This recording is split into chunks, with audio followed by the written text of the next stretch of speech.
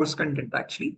Basically, we'll be learning how to perform penetration testing on all endpoints. We talk about system security, network security. We talk about the attacks that occur in organizations, malware-based attacks or network-related attacks. How do you hack Wi-Fi routers? How do hackers capture data and analyze the data and get your credentials out of it? Okay. And a part of it is bug bounty again for web application pen testing, understanding vulnerabilities in websites using tools like Burp Suite to find vulnerabilities like SQL injection, cross-site scripting, broken authentication, etc., etc. Okay, and then you talk about vulnerability assessment. Okay, so basically, if there's any networking device, whether it be a Windows server, a Linux server, or a Windows client operating system device, a firewall, how do you check the loopholes on that device? How do you check for vulnerabilities on it? And how do you perform penetration testing on it? That's what this course is about, certified ethical hacking. After this course is done, if students are interested, then I train students on this bug bounty course. Once again, where is that? Yeah, over here. So this is another course again, not by DurgaSoft again. This is something that I train students personally directly, and this is more of a web-based vulnerability course for finding vulnerabilities in web applications or again backend web servers as well. Again, we're working with a framework called OWASP Top 10. Again, an organization which gives the latest again a survey of the top 10 vulnerabilities in websites, and we work on the same. So this is the other course I think that you're looking for. But again, before you get into this, I would usually recommend you go through CEH first to understand the terminologies. What is vulnerability? What is penetration testing? What are some tools like Metasploit framework? Because those are used here as well. And again, that intro or that again basic fundamental foundational information is quite important to get into this one. So again, this is what I would say is the bug bounty course, and this here is the certified ethical hacking course, the one which we were supposed to take the demo for today. Sure, sure. Fine. Yeah, fine. Thank you. And if this is needed, again, I can drop this on your email. You can drop your emails in the chat box, guys. I can share these course contents.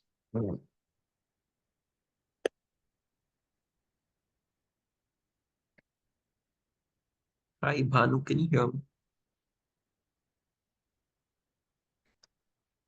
Hello.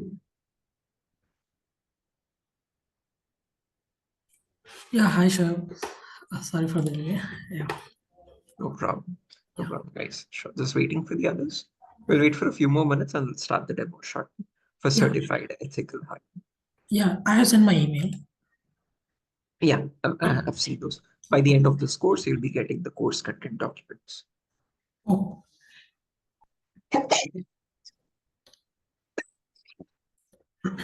Shoaib, what are the content that you are showing now? Will you show in practically or you will show the demo? The course is a very practically implemented course. Practically. Again, in the upcoming sessions, when we work on these things, we'll be working with the same real-time tools that are used in organizations. To list out a few, we'll be working on Metasploit framework, we work on Wireshark, we work on Tenable Nessus, we work on Nmap. So, excuse me.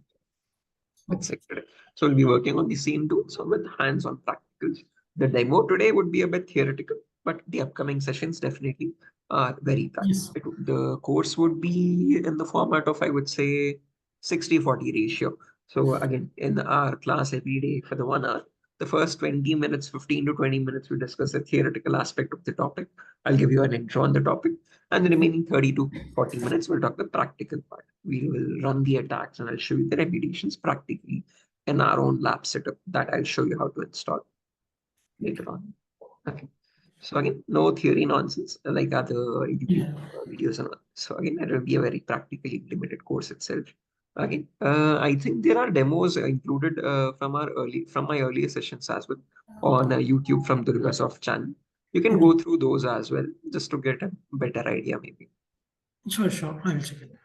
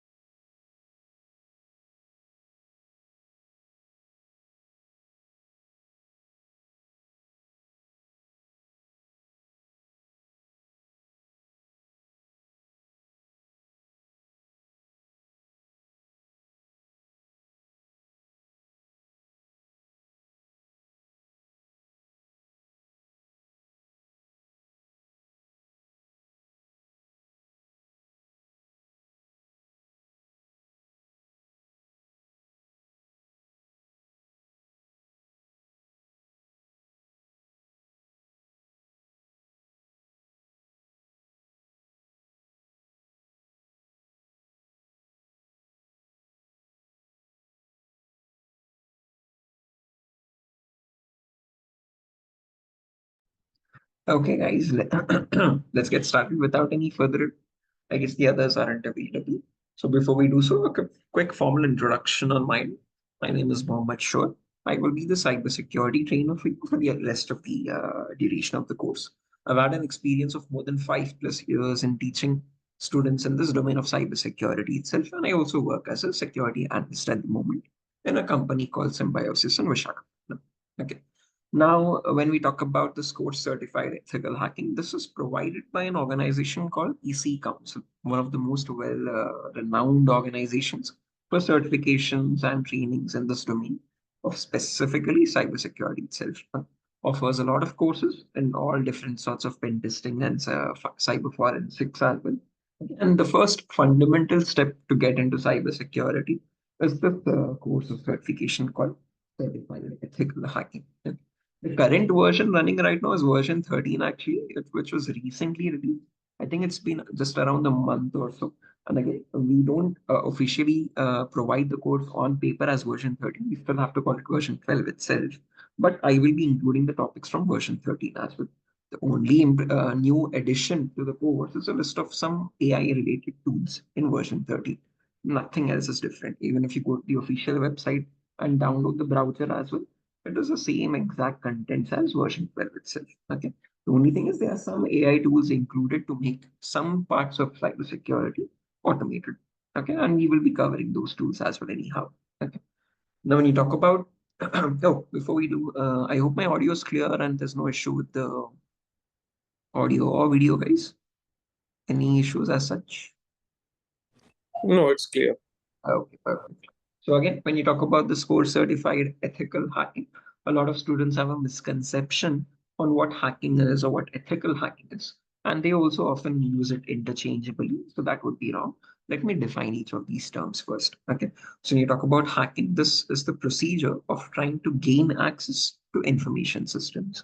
What I mean by that phrase, gaining access to information systems, is if I were a hacker, and if I hack your phone or your computer, it basically means I have complete remote control of your device. I can again access your device and steal the data from your device. I can modify the data on your device, or I can sell your data to other people. And all of this is done without your consent, without your permission and knowledge. Okay. Similarly, these kinds of attacks can occur on organizations as well. So hacking is a procedure of trying to gain access to information systems without the permission and the knowledge of the organization owning those systems. And this is usually performed by hackers for their own benefit. As mentioned, you can steal your data, destroy your data, or sell your data to other people.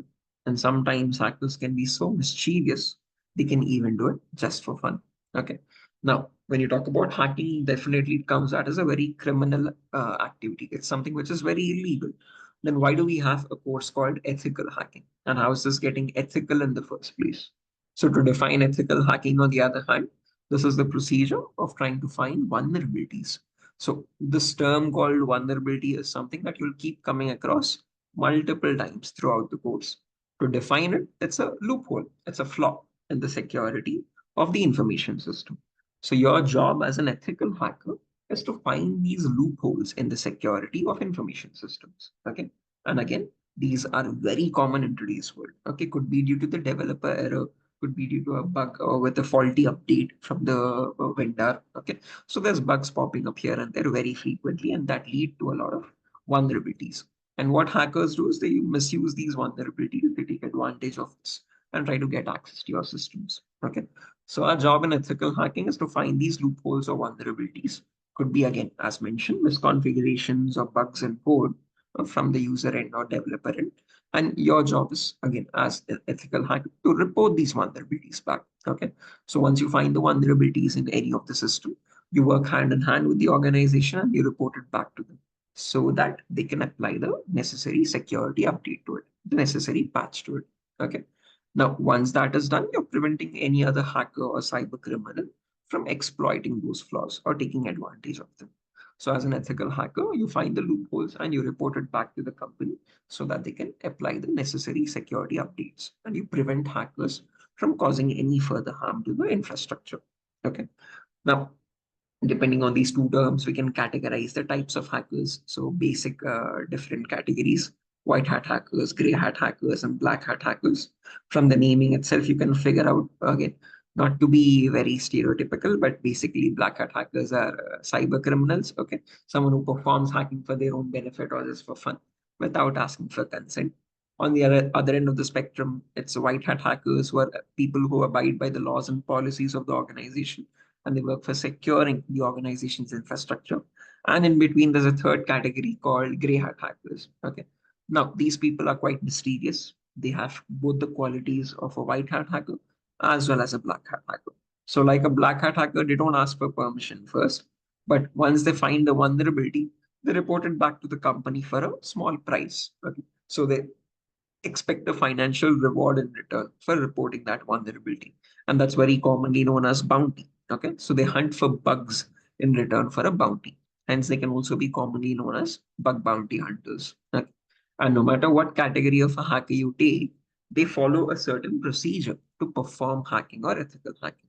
And that procedure is called cyber kill chain. Okay. So our entire course revolves around this concept called cyber kill chain. Okay. Some organizations also refer to this as hacking cycle. Okay. So to define it, it's the procedure that hackers follow in order to perform a successful cyber attack. Okay. And the same procedure also allows cybersecurity professionals to understand these attacks at every level, to detect these attacks at an early stage, and to prevent these attacks or threats again in the organization. Okay. So in the procedure to attack or defend is pretty similar. Unless and until you know how these attacks are being performed, you wouldn't know what that loophole is and where you prevent it from. Okay. To be a good police, you need to be a good thief first. Okay. So you need to understand the working of mindset of thief to understand how to protect your organization. Okay. So that's a pretty similar procedure followed by both hackers and ethical hackers. And the cyber kill chain consists of 5 important steps in it. So there's something called as information gathering. There's something called as scanning. There's something called as gaining access. There's something called as maintaining access. And then there's something called as reporting or clearing traces. These are the 5 steps that are involved in cyber kill chain. Okay. And if you notice, only in the last step, I have 2 different terminologies, reporting or clearing traces. Okay. What I want to indicate by that is, no matter what category of a hacker you are, first 4 steps are pretty similar. There's no change in the procedure in the first 4 steps. What varies is only the end result. If you are a white hat hacker or a gray hat hacker, you report the vulnerabilities back to the organization. On the other hand, if you are a black hat hacker, a cyber criminal, you don't report anything. You try to hide your identity. You try to remove the evidences of your actions. That in simple terms is called clearing traces. Okay. Now, just to give you a brief glimpse on the entire course, we'll cover each of these steps briefly. Now, okay. So before that, any questions or doubts up to this point? Uh, anything that you would want me to repeat again, guys? Bhanu, Venkat. No, it's clear. No, Shoaib. No. Perfect. Moving forward, when you talk about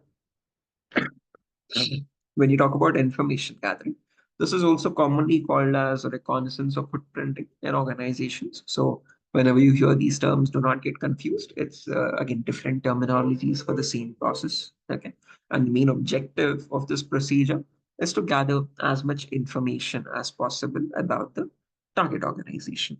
Okay, and an important point to note here is all of this information is obtained passively. What I mean by passively is whatever your target domain is, whatever your target organization is on which you want to perform this attack or its penetration test, you need to get information about them from third-party sources, from publicly available resources on the internet. But the main question that arises here is what information do you need? And that information is as follows. So some pieces of this information might sound a bit gibberish to you today, but don't worry, as we progress with the course, you'll understand why we need this information to perform the upcoming stages of attacks. Okay. So we need IP addresses or network blocks, we need the who's records, we need the DNS records, we need domains and subdomains of the organization. We need OS information, what operating system are they running. We need employee details, such as contact numbers of the employees, email addresses of the employees, and if possible, usernames and passwords as well, which might have been leaked online in data breaches. Okay. Now, believe it or not, all of this information is readily available on the internet. Okay. And the more information you find, the more possibilities or the more attack vectors you find to attack the organization. Okay. So this is a very crucial step. 40% of your time when you perform pen testing is performed in information gathering itself. It's spent in information gathering itself. Okay. Because again, the more information, the more data you gather, the more possibilities you find to attack the system, right? So again, all of this information is obtained in this phase. And as mentioned, this information is readily available on the internet. You only need to know what those websites are from where you can get that information. So again, quite popularly known websites in the cybersecurity domain. We'll be covering that in the upcoming sessions. Now, once all that information has been obtained, that is taken as the input. See, the output of this phase is taken as the input in the next phase, which is scanning. So whatever IPs you obtain, whatever operating system information you obtain, whatever domains or subdomains you obtain, you perform scanning on that. Okay, so commonly known as enumeration as well. So whatever information is obtained, now you make direct connections on those devices to get some extra data. And that data can be categorized in three parts again. So you perform something called network scanning, port scanning, and vulnerability scanning. Okay. Network scanning is where whatever IPs you have obtained from the organization or whatever domains you've obtained, you scan those and you try to figure out what is the network in which they are connected. So in that organization, in their local network, how many other devices are available? So what client operating system devices are they using? What servers are they using? What firewalls are they using? What routers are they using? So getting information or getting the data of their network topology is network scanning. Basically figuring out what devices are active in their network. Once you know what devices are active, on those devices, you perform something called port scanning. So basically, every device has some logical ports on it. And on these logical ports, various services or applications run. Okay. So in port scanning, you can figure out what services are running and what applications, or sorry, what applications or services are running on those port numbers. Okay. And finally, once you know what services or applications are running, then you perform vulnerability scanning, where you try to figure out if any of these services or any of these applications are misconfigured or if they have any loopholes in the source code itself, in the code itself, if there's a bug. Okay, so it's a step-by-step procedure. You're finding the devices first. On those devices, you're finding what services or applications are running. And on those applications, you figure out if there's any loophole to attack on. So during this phase, we'll be working on two very important tools. One of them is called Nmap. So if you go to your browser, you can search for Nmap here, a very popular tool, been there since 1997, I would say. Okay, it's 27 years ago. Okay, and luckily for us, it's completely open source, and even the latest tools today use Nmap in the source code. Okay, so this is used for performing network and port scanning, and then there's another tool called Tenable Nessus. You can click on, yeah, this is products over here. And again, quite an expensive tool, I would say. So if you click on buy, it's around $7,000 or so. Oh, this is pro version.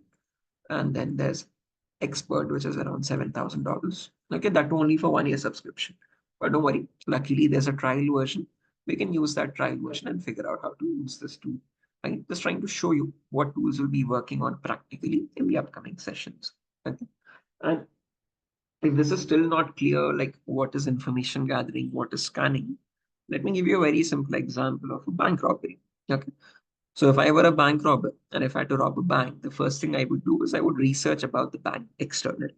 So I would observe the bank externally, like how many security guards are placed outside the bank, how many security cameras are there outside the bank, what time does the bank open, what time does the bank close, when do the security guards change their shifts, at what day of the week does the money van come in, okay, how many security guards are coming along with the money van. So all of this information can be obtained by me just externally observing the organization. Okay, I don't need to make contact with the organization in any way. Okay, so that is basically information gathering, trying to get as much information as possible externally without making any contact. Okay, but this is not sufficient for me to rob the bank. What I need to do is I need to get the internal infrastructure as well. So I need to enter the bank once and I need to figure out their internal infrastructure. So that is making your direct connection attack. So again, trying to get extra information on the target by making active and aggressive connections. Okay. So me entering the bank as an active connection. So I make contact with the bank, I get captured in the CCTV cameras. But that's a crucial step that I have to take to get internal information. So to figure out how many security guards are placed inside the bank, are there any other extra security measures? Are there any metal detectors, etc., inside the bank? At what angles are the security cameras placed inside the bank? And is there a hidden floor which was not visible to me externally? So is there a basement under the bank which is not visible to me externally? So all this information can only be obtained if I enter the bank once. Okay, so this cannot be obtained passively or from the outside. Okay, so that is your scanning. You entering the bank and getting some extra information about the internal infrastructure. Okay. Once all that information has been gathered externally and internally, next phase is nothing but robbing the bank, and that is your gaining access. Okay, so again, the phase where the real hacking occurs. So attackers use the vulnerabilities found in the earlier phases to attack the system or the network or any certain application of the organization. Okay. So this is the main core of the course. Again, covers a vast variety of topics. These are all the topics we'll be covering. I've included only the most important ones. The other remaining are available in the browser. I'll share that. Okay. But yeah, basically the main agenda of this topic is to attack every single endpoint. So we talk about system security, we talk about network security, we talk about malware attacks, malicious software attacks, we talk about wireless attacks, how do you attack Wi-Fi routers, we talk about social engineering attacks, where we learn how do hackers create fake websites and try to steal your credentials. So that's also commonly known as phishing attacks. Then we talk about web server attacks or web application attacks. So this web application attack part is called as bug bounty. Okay, finding vulnerabilities in websites and reporting that for a bounty in return. Then we talk about evading techniques. How do you evade security measures? So if an organization has firewalls, intrusion detection systems, intrusion prevention systems, how do you check for misconfigurations on those? How do you verify if you can bypass those? So that's evading techniques. Then there's vulnerability assessment. So basically, when you run a vulnerability scan, you get a report. So that report is an automated generated report. Okay. So you have to verify that report. You have to perform pen testing or perform attacks on each vulnerability shown and assess the vulnerability. So that's called vulnerability assessment by penetration testing. And then you perform mobile hacking as well. So basically, these are the topics, again, a brief intro on what topics we'll be covering, where you try to learn how to attack each and every endpoint. So from as small as a mobile phone to as big as a database or a web application server, we learn how to check the security of each and every endpoint or each and every device in the organization. Okay. One of the most crucial topics, I would say. Again, almost your 50% of courses in this one single topic itself. Okay. And then you have the last two small topics, maintaining access and reporting or clearing traces. Maintaining access is where, so if I've gotten a connection to your device, let's say, I have to maintain that connectivity. So even if you restart your system or shut it down and start it after a very long time, it will be connected to it. So that is called as maintaining access, retaining the ownership of the target device. And then finally, we have reporting or clearing traces, where we learn how, as an ethical hacker, how do you generate a report for the organization, elaborate the loopholes, and submit it to the organization? Or as a non-ethical hacker, a black hat hacker, how do you try to remove the evidences? How do you delete the logs on the target device? So that is clearing traces. Again, as mentioned, our entire course curriculum would be following those same exact 5 steps. Okay. Along with that, there are a few bonus topics as well. So before we get into all this, there's a few prerequisites to cover. What is networking? What are Linux commands? How do you set up the environment, the lab setup environment? So we cover those prerequisites first. Okay, and then we get into all the other topics left out. So that is a brief intro on what course is about, guys. Okay. So yeah, that is to round up the demo, guys. If you have any questions, you can let me know now. Hello.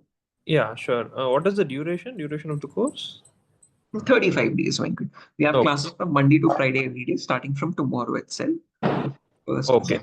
So every day it happens from 7 to 8, right? yes, every day, 7 to 8 o'clock. Okay, fine. And we start networking fundamentals tomorrow, the first topic in the course. Sure. Right. Any other questions, Manu? Do we need to use only Windows? Because I don't have a Windows machine. I have a Mac. Mac would also work, but I heard from some students that the latest M2 chip is giving some issues with virtualization. So we need to install some virtualization softwares. So something like VMware or VirtualBox. So you have to check that once, Venkat. So if that is not allowing, if that doesn't work out, then you need a Windows device because we need to install some other operating systems as well. Kali operating system, some Windows target machines. So for that, we need virtualization softwares and that needs to be compatible with your MacBook. Okay, fine. Right. So yeah, that's the only thing. So again, check if M2 is compatible or not, your M2 chip. And if it is, then perfect. If not, you will have to look for a Windows device. I don't have M2. I have a M1 device. So by any chance, whether M1 is compatible? I think M1 should be. Okay, fine.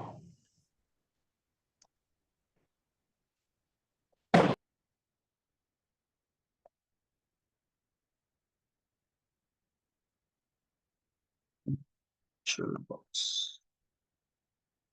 Yeah, it should be compatible.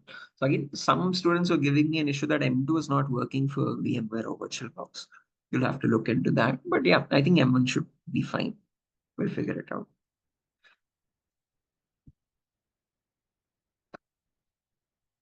It says there isn't a VirtualBox version that is compatible with ARM, ARM, M1, M2 processors. I don't know what that is then. We'll figure it out. We'll see. We'll look into it, Venkat.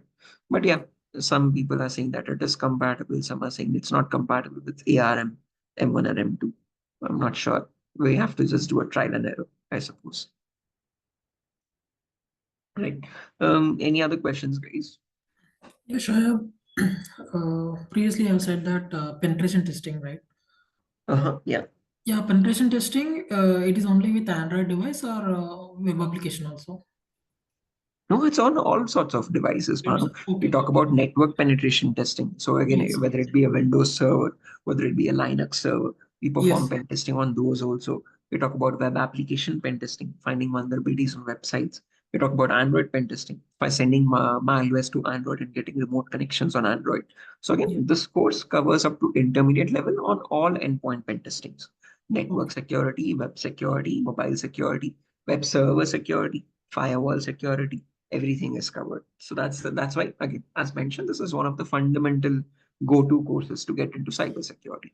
After Okay. this course is done, after 1 or 2 years of experience, then you choose a specialization. So you go towards one subdomain and specialize in that. So you either become an expert in web security or network or mobile. Okay. This course gives you an intro up to intermediate level knowledge on all endpoints. Okay. After that, it's your preference, which one you choose as your specialization.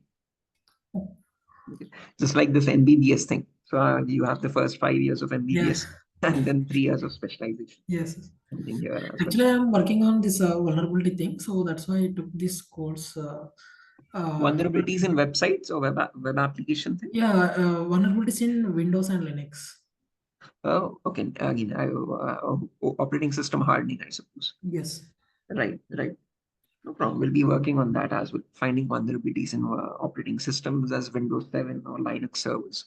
And again, Yes. performing pen testing on that. We'll be working on that also in this course. And again, same tools. We'll be working with Nessus. We'll be working with Metasploit framework. Okay.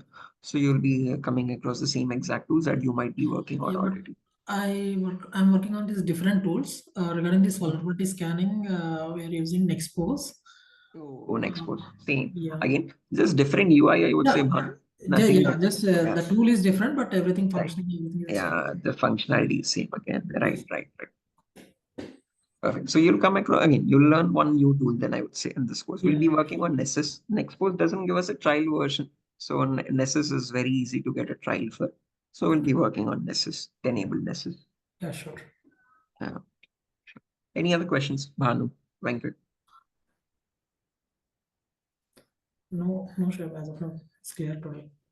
Uh, And one more person joined, I think. oh, yeah. Hi, Rama. Can you hear me?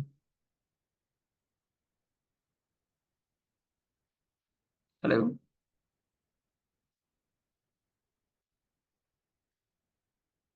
Rama, can you hear me? Am I audible? Hello. Yeah. Hey, Rama. We were just rounding up the session, so we just Oh, ended okay. this. No It's problem. like, Maybe tomorrow I will join. sure. We have the demos this entire week. So tomorrow we'll be covering the first class. Again, the session is being recorded, so nothing to worry. This will be uploaded on YouTube shortly on the official Mhm. website of DurgaSoft. So you can access the session there as well in a while.